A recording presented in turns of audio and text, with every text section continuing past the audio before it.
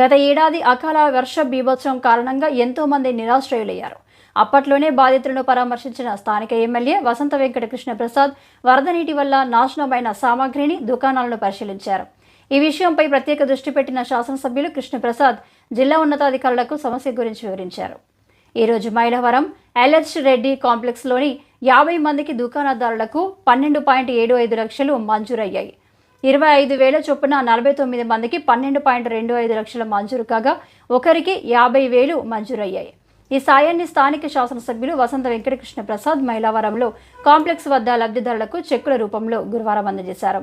ఈ సందర్భంగా వారంతా కూటమి ప్రభుత్వానికి, ఎమ్మెల్యే కృష్ణప్రసాద్కి ప్రత్యేకంగా కృతజ్ఞతలు తెలిపారు. ఈ సందర్భంగా శాసనసభ్యులు కృష్ణప్రసాద్ మాట్లాడుతూ అప్పట్లో వరద బాధితులను ఆదుకునే సమయంలో పట్టణ ప్రాంతాల్లో మున్సిపాలిటీ ఏరియాలోని దుకాణాలకు మాత్రమే నష్టపరిహారం మంజూరు అయిందన్నారు. గ్రామీణ ప్రాంతాల్లో ఉన్న దుకాణదారులకు నష్టపరిహారం మంజూరు కాలేదన్నారు. ఈ సమస్య గురించి మంత్రి నారా లోకేష్ దృష్టికి, జిల్లా ఇన్ఛార్జ్ మంత్రి దృష్టికి, కలెక్టర్ దృష్టికి తీసుకువెళ్లి జిల్లా డిఆర్సీ సమావేశంలో ప్రస్తావించినట్టు తెలిపారు.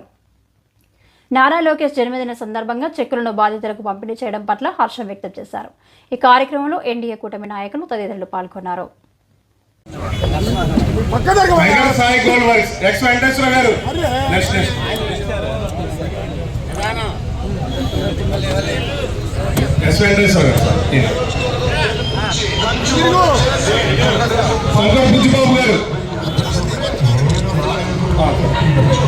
మురళి గారు, హరిప్రియ గోల్డ్ వర్క్స్ కే మురళి గారు,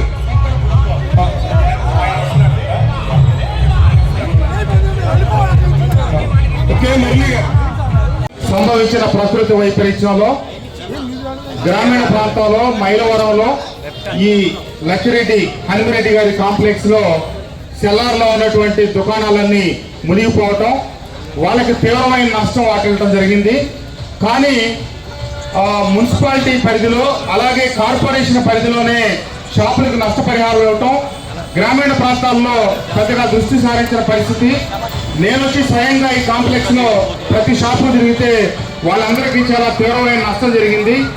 నేను ప్రభుత్వం దృష్టికి, లోకేష్ బాబు గారి దృష్టిలో పెట్టడం, తర్వాత టీఆర్సీ మీటింగ్ లో ఈ విషయం ప్రస్తావించి ఆ రోజు జిల్లా ఇన్ఛార్జ్ మంత్రి గారు, కలెక్టర్ గారి దృష్టికి మళ్ళీ తీసుకెళ్లి మా దగ్గర ఇట్లా మునిగిపోయారని చెప్పి నా దగ్గర ఉన్న వీడియోలు వాళ్ళకి చూపిస్తే వాళ్ళు వెంటనే ఇప్పుడు శాంక్షన్ చేసి దాని మేరకు ఈరోజు డబ్బులు రావడం జరిగింది. వాస్తవంగా ఆ దుకాణదారులకు జరిగిన నష్టం అపారమైన నష్టం జరిగింది. జరిగిన నష్టం మొత్తం ప్రభుత్వం అయితే భర్తీ చేయలేకపోయింది, కానీ కొంతవరకు వేడి నీళ్ళకి చన్నీళ్లు తోడులాగా వాళ్ళకి సాయం అందించడం జరిగింది. తప్పకుండా ఈ సాయంతో కొంతమంది ఆర్థికంగా నిలదొక్కునే అవకాశం ఉంటుంది. తప్పకుండా వాళ్ళ వ్యాపారాలు దినదిన ప్రవర్తనమై ప్రకృతి వైపరీత్యంలో ఏవైతే నష్టపోయారో వాళ్ళందరూ మళ్ళీ తిరిగి కోలుకొని వాళ్ళ వ్యాపారాలు, వాళ్ళ కుటుంబాలు సుభిక్షంగా ఉండాలని చెప్పి ఆ భగవంతుని కోరుకుంటూ ఈ రోజు అనుకోకుండా ఈ కార్యక్రమం యాదృచ్ఛికంగా లోకేష్ బాబు గారి దృష్టిలో ఈ విషయం పెట్టడం, అనుకోకుండా వారి పుట్టినరోజు నాడే ఈ చెక్కులు రావడం కూడా సంతోషకరం, ఆనందకరం అని చెప్పి తెలియజేస్తూ మీ అందరూ వ్యాపారాలు తిరిగి పునర్వైభవం రావాలని చెప్పి ఎల్హెచ్ఆర్సీ కాంప్లెక్స్ లో ఉన్నటువంటి వ్యాపారస్తులందరూ కూడా నా ధన్యవాదాలు, శుభాకాంక్షలు తెలియజేస్తూ సెలవు తీసుకుంటాను. జై హింద్. మారీదు నాగమల్లేశ్వర గారు,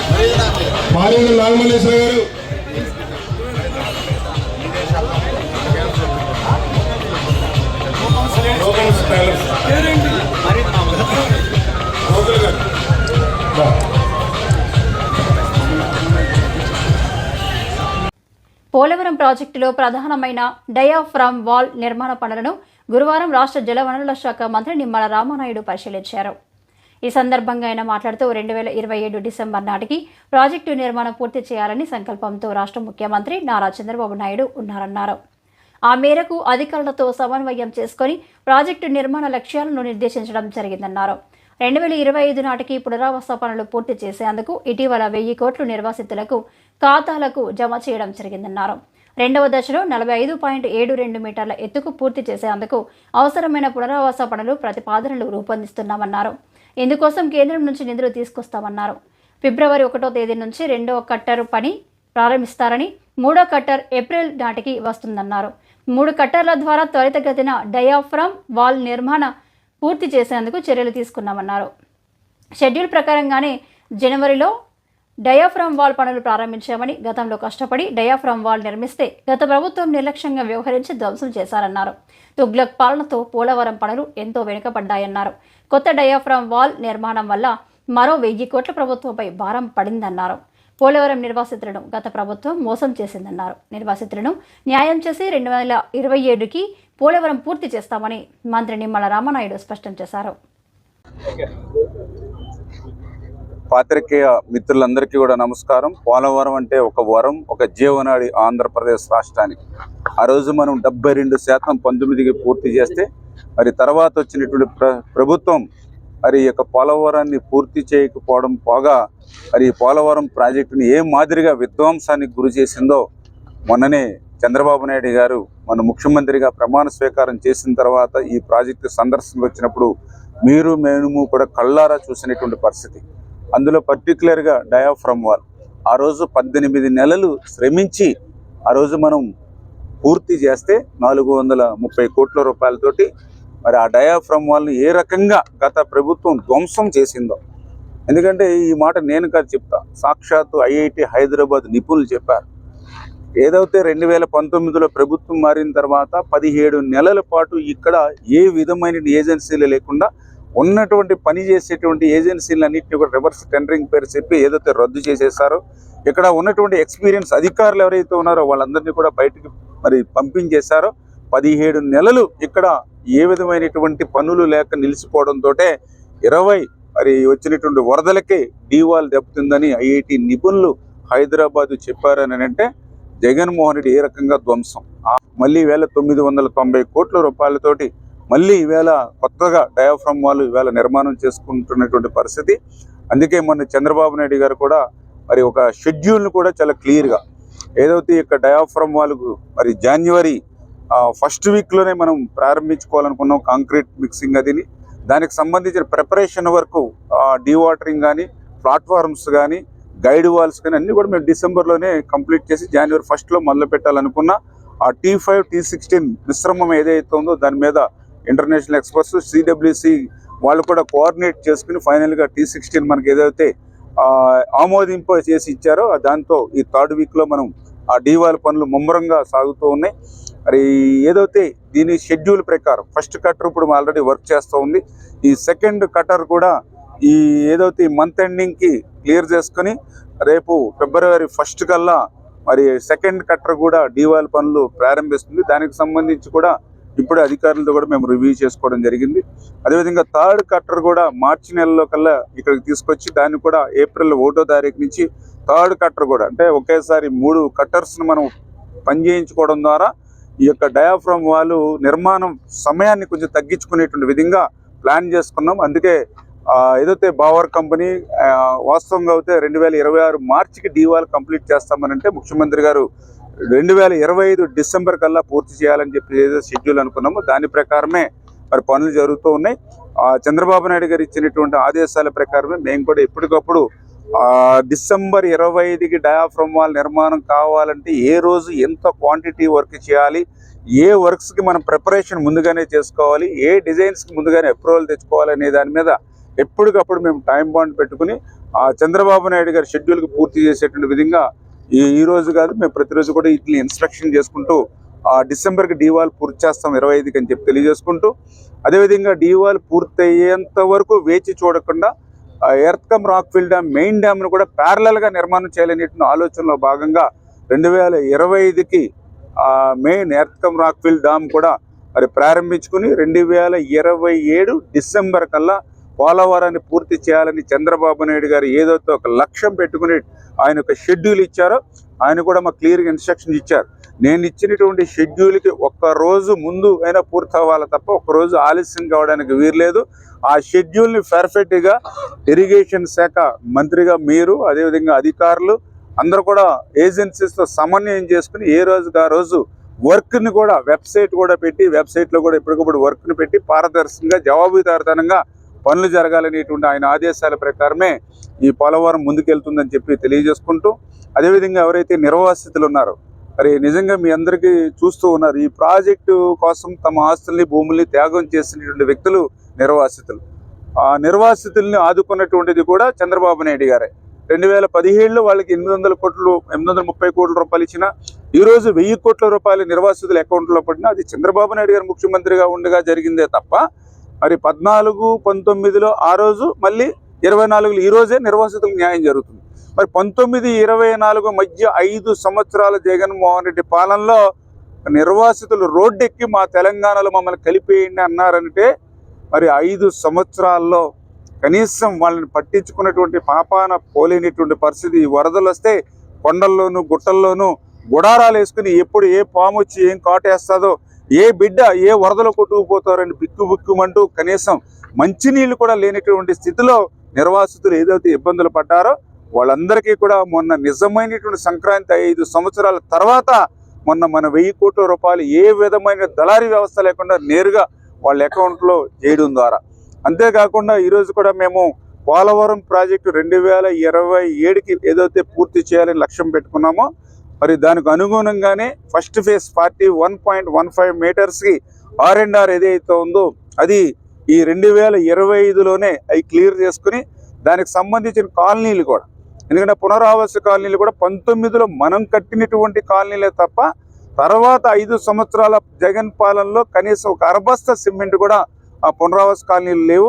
అంచేత ఈ ఫస్ట్ ఫేజ్ 41 చదువుతో పాటు ఆటలు పాటలు కూడా ముఖ్యమైనవని మైలవరం శాసనసభ్యులు వసంత వెంకటకృష్ణ ప్రసాద్ పేర్కొన్నారు. 75వ గణతంత్ర దినోత్సవ వేడుకలను పురస్కరించుకొని మైలవరం మండలం చంద్రగూడెం గ్రామంలోని జిల్లా పరిషత్ ఉన్నత పాఠశాలలో గురు శుక్రవారాల్లో 2 రోజుల పాటు నియోజకవర్గ స్థాయి క్రీడా పోటీలను ఏర్పాటు చేశారు. ఈ క్రీడా పోటీలను స్థానిక శాసనసభ్యులు వసంత వెంకటకృష్ణ ప్రసాద్ గురువారం ప్రారంభించారు. ముందుగా జాతీయ జెండాను ఆవిష్కరించారు, జాతీయ గీతాన్ని ఆలపించారు. విజయవాడ పార్లమెంటు సభ్యులు కేశినేని శివనాథ్, మైలవరం శాసనసభ్యులు వసంత వెంకటకృష్ణ ప్రసాద్ సంయుక్త ఆధ్వర్యంలో వసంత జనసేన యూత్ నిర్వహణ కమిటీ నేతృత్వంలో ఈ పోటీలు నిర్వహిస్తున్నారు. నియోజకవర్గ స్థాయిలో ప్రభుత్వ ప్రైవేటు పాఠశాలల విద్యార్థులకు అండర్ 14, 17 విభాగంలో కబడ్డీ, ఖోఖో, వాలీబాల్ పోటీలను నిర్వహిస్తున్నారు. ఈ సందర్భంగా ఎమ్మెల్యే కృష్ణప్రసాద్ మాట్లాడుతూ క్రీడలు దేహదారోఢ్యానికి, మానసిక ఉల్లాసానికి దోహదం చేస్తాయన్నారు. క్రీడాకారులను అభినందించారు. గ్రామీణ ప్రాంతాల్లో క్రీడాకారులలో ప్రతిభను వెలికితీసేందుకు ఇక్కడ క్రీడా పోటీలు ఏర్పాటు చేసిన నిర్వాహకులను ప్రత్యేకంగా అభినందించారు. క్రీడాకారులు నియోజకవర్గ స్థాయిలో మంచి ప్రతిభ చూపి జిల్లా స్థాయికి వెళ్లాలని ఆకాంక్షించారు. ఆంధ్రప్రదేశ్ రాష్ట్ర ప్రభుత్వం కూడా క్రీడలను ప్రోత్సహిస్తుందన్నారు. ఈ పోటీల్లో పాల్గొన్న చిన్నారులందరికీ శుభాకాంక్షలు తెలిపారు. అనంతరం క్రీడాకారులకు క్రీడా దుస్తులను పంపిణీ చేశారు. చంద్రగూడెం ప్రధాన సెంటర్లో అన్న ఎన్టీఆర్ విగ్రహానికి పూలమాలలు వేసి ఘనంగా నివాళులర్పించి మంత్రి నారా లోకేష్ జన్మదిన వేడుకలలో పాల్గొని కేక్ను కట్ చేశారు. ఈ కార్యక్రమంలో ఎన్డీఏ కూటమి నాయకులు తదితరులు పాల్గొన్నారు.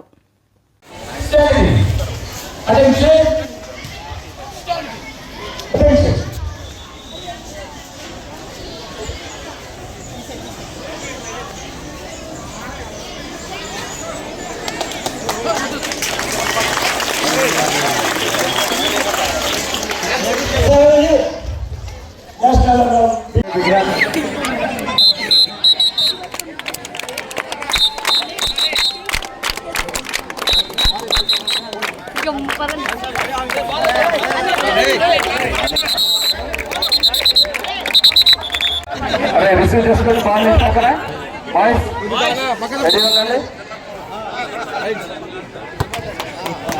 అపోనెంట్ టీమ్ స్ట్రాంగ్ ఉందండి.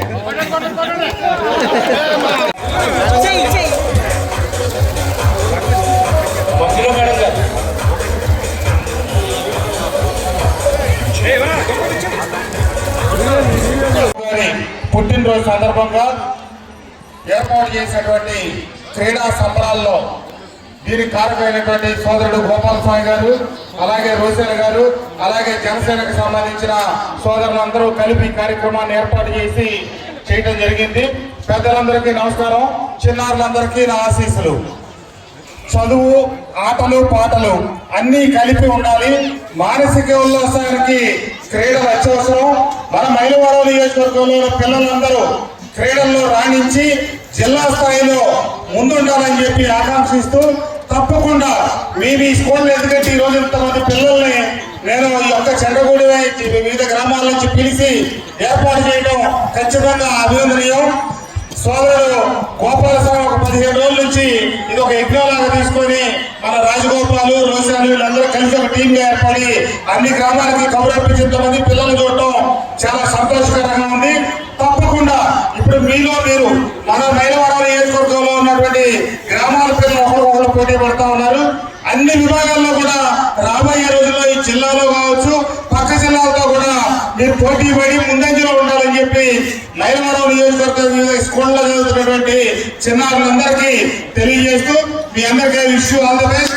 ఈ క్రీడలు ఈ రోజు ప్రారంభించబడ్డాయి, రేపు సాయంత్రానికి ముగుస్తాయి కాబట్టి ఎవరైతే పోటీల్లో ఉన్నారో వాళ్ళందరికీ wish you all the best. తప్పకుండా మీరందరూ ప్రథమ స్థానంలో రావడానికి పోటీ పడాలి. తప్పకుండా రేపు సాయంత్రం మరోసారి మీ అందరూ కలుస్తారని చెప్పి తెలియజేస్తూ అందరికీ మరొకసారి శుభాకాంక్షలు. ఈ కార్యక్రమాన్ని ఏర్పాటు చేసి ఇంతమంది పిల్లలు, ఇంతమంది టీచర్లు వీళ్ళందరితో సమన్వయం పరిచి ఏర్పాటు చేసిన నిర్వాహకులకి, సోదరులందరికీ కూడా నా హృదయపూర్వక ధన్యవాదాలు, నమస్కారాలు. Thank you. జై హింద్. ఎన్టీఆర్ జిల్లాను పునరుత్పాదక ఇంధన హబ్గా తీర్చిదిద్దే బృహత్తర కార్యక్రమంలో ప్రతి ఒక్కరూ భాగస్వాములు కావాలని జిల్లా collector doctor G Lakshmi Shah పిలుపునిచ్చారు. విద్యుత్ శాఖ, డిఆర్డీఏ సంయుక్త ఆధ్వర్యంలో గురువారం ఎనికేపాడులో జరిగిన పీఎం సూర్యఘర్ ముఫ్త్ బిజిలీ యోజన జన జాగృతి ర్యాలీలో కలెక్టర్ పాల్గొన్నారు. సూర్యఘర్ పథకం ద్వారా స్థానిక నివాసి ఆర్ వీరరాఘవయ్య 15 రోజుల కింద ఏర్పాటు చేసుకున్న సోలార్ ప్యానెల్ వ్యవస్థను కలెక్టర్ పరిశీలించారు. ఈ సందర్భంగా కలెక్టర్ మాట్లాడుతూ పథకం ద్వారా ఇంటి పైకప్పుపై అధిక రాయితీతో అతి తక్కువ ఖర్చుతో సోలార్ సిస్టమ్ను ఏర్పాటు చేసుకుని కరెంటు బిల్లుల భారాన్ని తగ్గించుకోవచ్చని, ఈ పథకం అమలుపై కేంద్ర రాష్ట్ర ప్రభుత్వాలు ప్రత్యేకంగా దృష్టి పెట్టినట్లు వివరించారు. ఈ నేపథ్యంలో పథకాన్ని జిల్లాలో పెద్ద ఎత్తున అమలు చేసేందుకు ప్రజాప్రతినిధులు అధికారులతో కలిసి కృషి చేస్తున్నట్లు తెలిపారు. 2 లక్షల విలువైన 3 kW సోలార్ ప్యానెల్ను 78,000 రాయితీతో ఇంటి పైకప్పుపై ఏర్పాటు చేసుకోవచ్చన్నారు. రాయితీ మినహా మిగిలిన సొమ్మును తక్కువ వడ్డీతో బ్యాంకు రుణంగా పొందవచ్చన్నారు.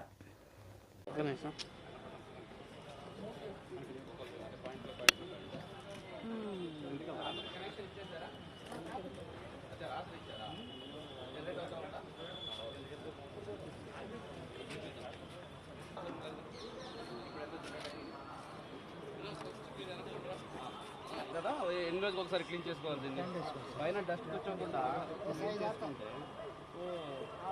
ప్రాపర్గా 25 సంవత్సరాలు అంటే ఇక్కడ ఇవన్నీ కూడా ఎంత వచ్చిందని కూడా చెప్తున్నారు. ఇంకా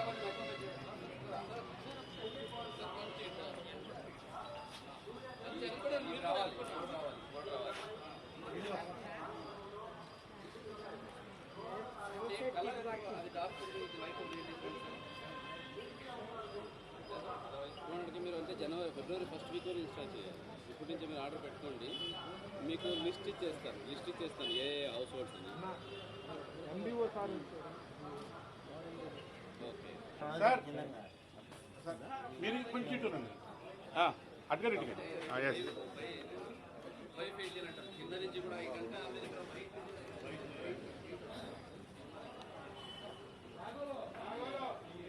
కింద కూడా వైట్ తీసుకుంటే కింద కూడా ఇంకా కొంచెం ఇంకొక 10% తీసుకుంటే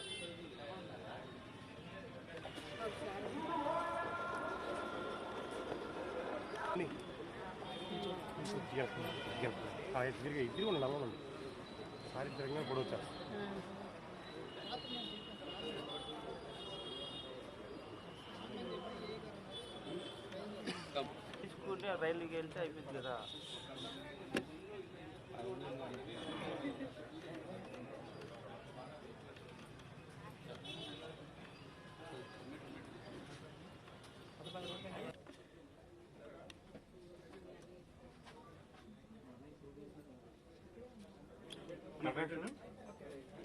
ఇక్కడ ఎక్కడ మీకు డిస్ప్లే వస్తుంది కదా ఎన్ని యూనిట్స్ వస్తాయని. ఓకే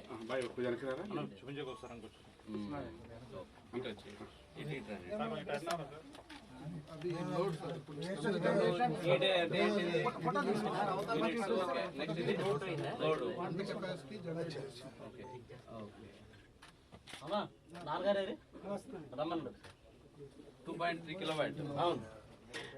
ఇప్పుడు ఇంకా ఎండ ఇంకా వచ్చేసరికి పెరుగుతుంది. ఇంకా సిపిటిసిఎల్ కూడా స్మార్ట్ మీటర్స్ ఇస్తుంది. ఇది మీ మీటర్ ఇదా? ఇప్పుడు నెట్ మీటరింగ్ ఇదే కదా మీది? అదే ఓకే. ఇప్పుడు మీరు ఇన్స్టాల్ చేస్తున్నప్పుడు కనెక్షన్ ఇచ్చేది తప్ప మిగతాదన్నీ ముందరే ఇన్స్టాల్ చేసి పెట్టుకోవాలి. మిషన్స్ వచ్చేసాయి కదా సార్, జల్దుగా వచ్చేయాలి. అన్నీ పెట్టేసి ఆ దట్టే చెప్తాము అక్కడ పెనల్ పెట్టి దానికి కనెక్షన్ ఇవ్వడం, దీనికి కూడా ఎప్పటికప్పుడు కనెక్షన్ ఇచ్చేసుకొని రన్ చేయడం. ఇప్పుడు సింక్రనైజేషన్ అంటే ఏంటి మీ ప్రకారంగా?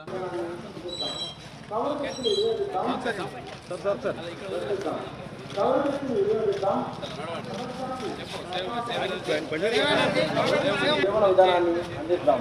సౌరశక్తిని వినియోగిద్దాం, పర్యావరణాన్ని రక్షిద్దాం.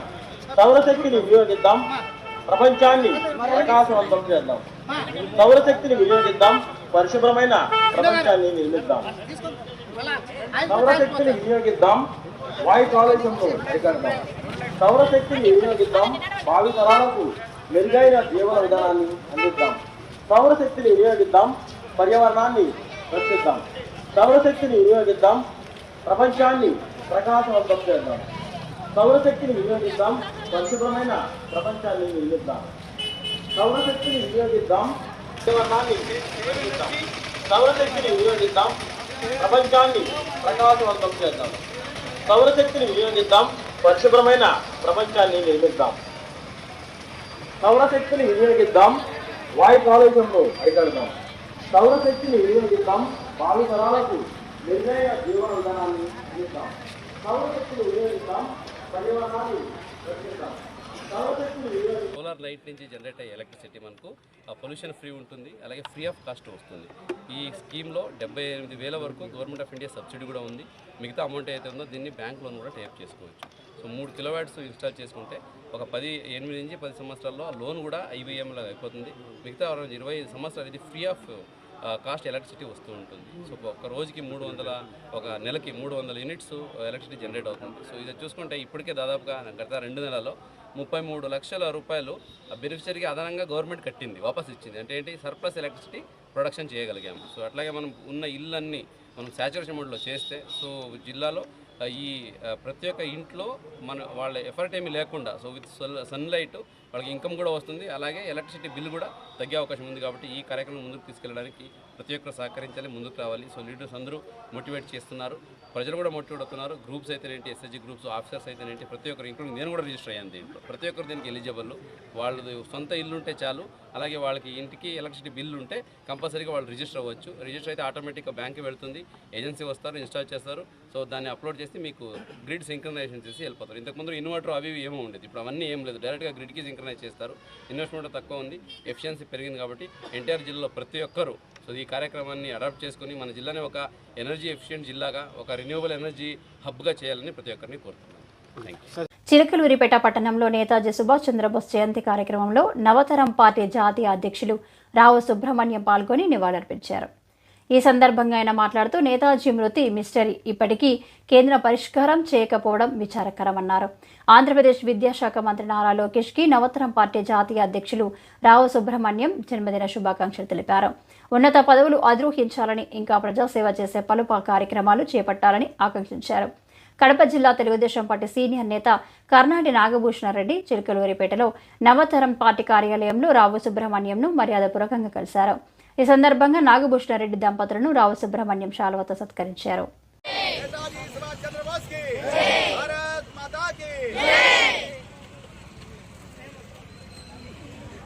సుభాష్ చంద్రబోస్ గారి జయంతి సందర్భంగా నివాళులు అర్పించినందుకు చాలా సంతోషంగా ఉంది. ముఖ్యంగా నేతాజీ మరణం ఆయన మిస్టరీ ఇంతవరకు వీడలేదు. గగనశిఖలకు ఎగసి కనుమరుగైపోయినటువంటి నేతాజీ సుభాష్ చంద్రబోస్ గారి మరణానికి సంబంధించి కేంద్ర ప్రభుత్వం ఈ రోజు వరకు కూడా ఒక స్పష్టమైనటువంటి విధానాన్ని కానీ విషయాన్ని కానీ ప్రజలకు చెప్పకపోవడం అనేది దురదృష్టకరమైనటువంటి విషయం. ఇక్కడ ఉన్నటువంటి అందరూ కూడా గత సంవత్సరం నేను ఢిల్లీ ఎర్రకోటలో నేతాజీ సుభాష్ చంద్రబోస్